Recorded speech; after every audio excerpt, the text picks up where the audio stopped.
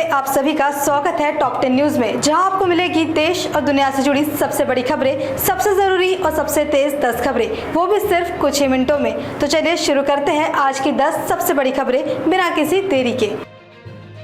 प्रधानमंत्री नरेंद्र मोदी 27 से 29 जून तक सेशल्स के राजकीय दौरे पर रहेंगे। इस दौरान वे राष्ट्रीय दिवस के स्वर्ण जयंती समारोह में शामिल होंगे। राष्ट्रपति पैट्रिक हरमेनी से द्विपक्षीय वार्ता करेंगे और भारतीय समुदाय को भी संबोधित करेंगे।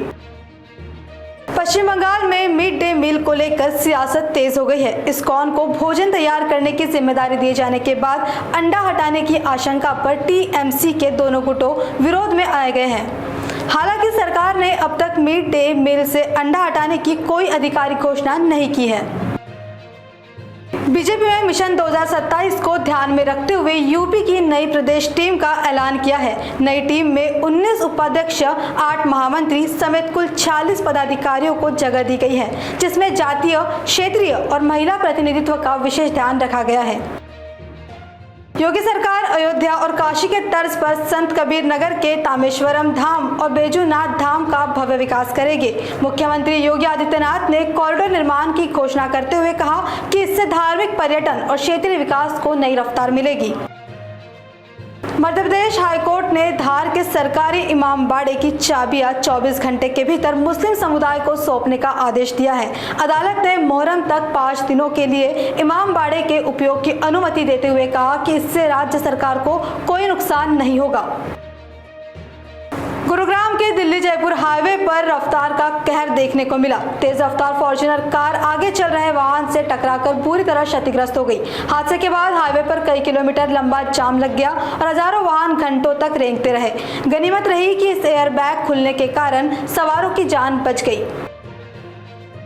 महाराष्ट्र के हिंगोली में नीट की तैयारी कर रहे 18 वर्षीय छात्र की मौत से सनसनी फैल गई। बताया जा रहा है कि परीक्षा उम्मीद के मुताबिक नहीं जाने से छात्र तनाव में था।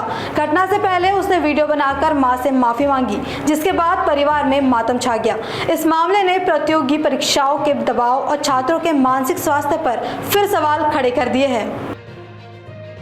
छत्तीसगढ़ के अंबिकापुर में बारिश और बिजली गुल होने का फायदा उठाकर बाल सुधार गृह से 11 नाबालिग फरार हो गए। अंधेरे में उन्होंने खिड़की तोड़ी और पीछे की दीवार फांदकर भाग निकले। घटना के बाद पुलिस ने तलाश अभियान शुरू कर दिया है और सुरक्षा व्यवस्था पर सवाल उठ रहे हैं। शुक्रवार से रविवार तक शेयर बाजार और बैंक बंद रहेंगे। 3 दिनों तक एनएसई और बीएसई पर ट्रेडिंग नहीं होगी। वही बैंक अवकाश के चलते लेन देन और शेयर सेटलमेंट पर भी असर पड़ सकता है। बाजार की अगली छुट्टी 14 सितंबर को गणेश चतुर्थी के मौके पर होगी।